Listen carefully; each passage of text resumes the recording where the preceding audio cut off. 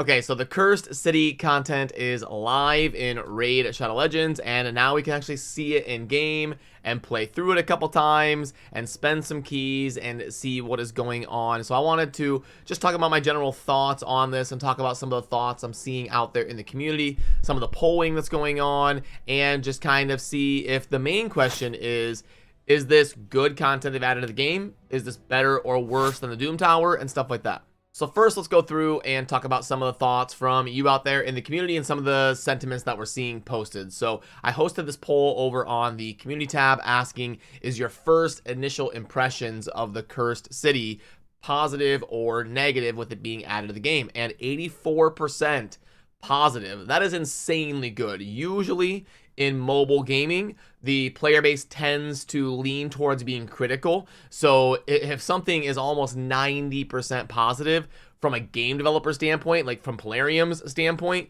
they're probably thinking that is one of the bigger home runs they've hit in terms of releasing something to the player base. Because really, no matter what you do, you're not going to get to 100%. There's going to be someone who doesn't like it. There's going to be some players that don't like it. You're really hoping ideally to get to like 80-90%. So far so good, it's looking like, from community sentiment.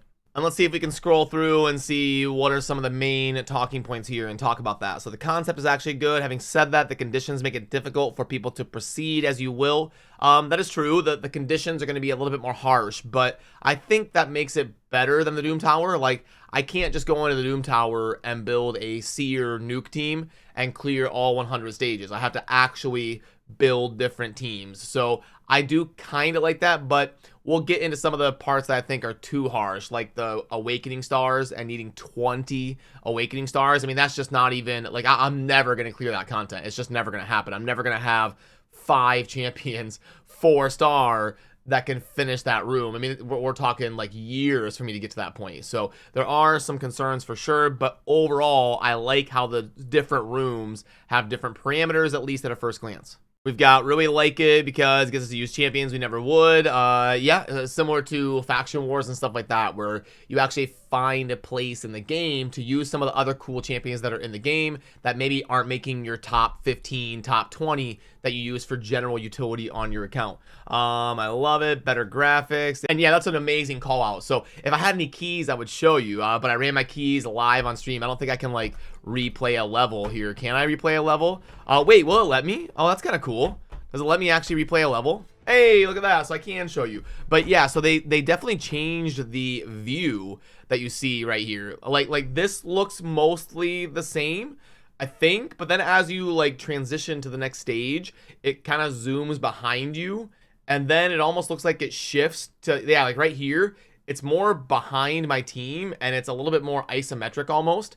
And then it gets like, it keeps evolving. So then you'll see on the third stage, it shifts even more, and it almost like zooms out a little bit or something. I don't know if that's just the perspective that makes it look like that, but the view just looks better. I can't explain it, but I've played Raid for 5 years, and the view just looks better in terms of the graphics and how the battlefield is looking to me in this new content. So yeah, good shout out there. And then we've got love the new content, make me have to build champions. Yep, awesome, new content. Okay, for now, pretty good, but they need to add fragments for legendary, keep people to push. Conditions will turn people off. Yeah, again, so we're kind of seeing some of the shaping of the sentiment that's going on here. Here we've got some criticism regarding the stage design. It feels lazy to have every stage look the same when the idea is that you're making your way throughout different locations in a city. It's a good call out. I think that's fair criticism. Having requirements for stages is just Doom Tower secret rooms all over again equals lazy, and Awaken stages is the main point of the whole project. Let's be honest, probably true. They had to put gateway control on limiting access to further stages in order to promote engagement.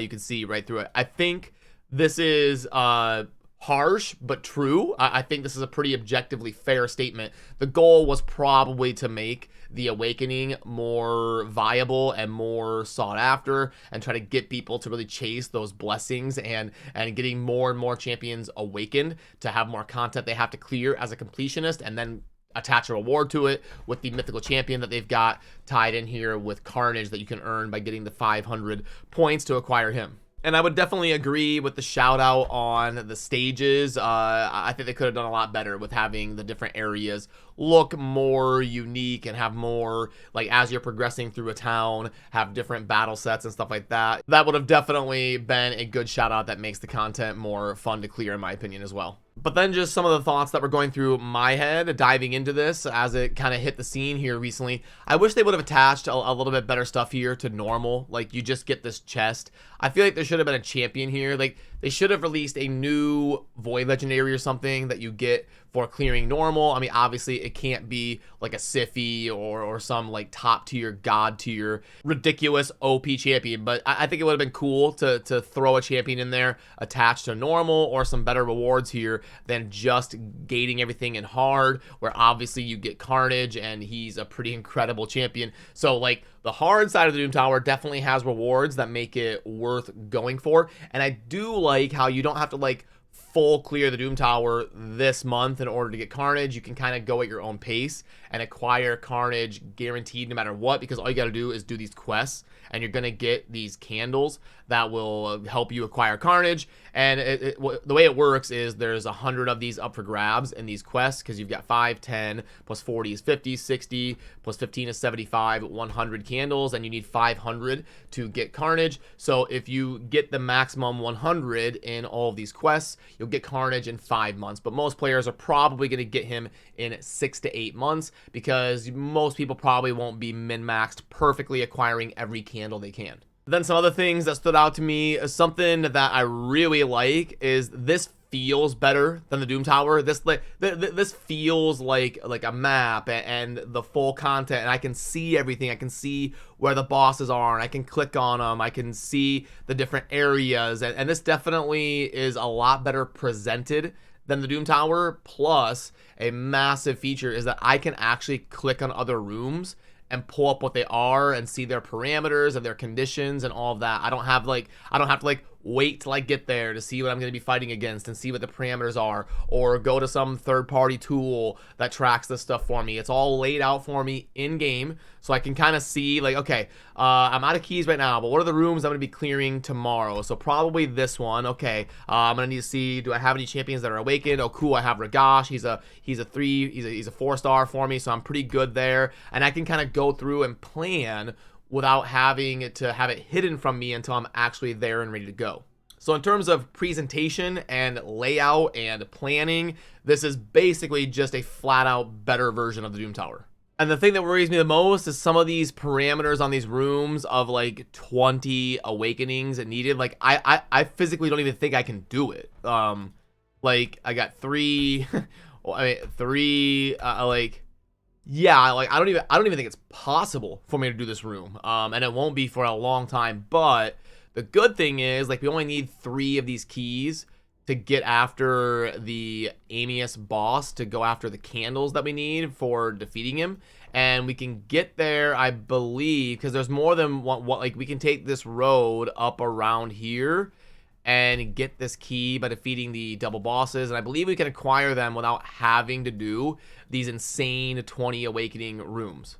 But the unfortunate part is I haven't done like all of the math yet, but I bet we do need to clear them if we want to get some of these extra candles here, like this 15, and some of the like awakened stages are tied behind those rewards as well in their own different way. So all in all, if I were voting on that poll that we talked about, I think it's overall positive. I think this is going to be a good addition to the game, but I worry a little bit with Raid adding all of this stuff and then not backfilling on the back end to make things quicker and easier. Like they did do the clan boss, the Demon Lord. That is one of the best changes they've ever made since Raid's release, where you can instantly run your keys. That was definitely needed. We can't spend 40 minutes a day in our clan boss Demon Lord fights if we keep adding all of this content that we have to do every day with Iron Twins and Cursed City and Doom Tower and Faction Wars and Live Arena and Tag Team Arena. They've got to start backfilling with making things quicker. We need to have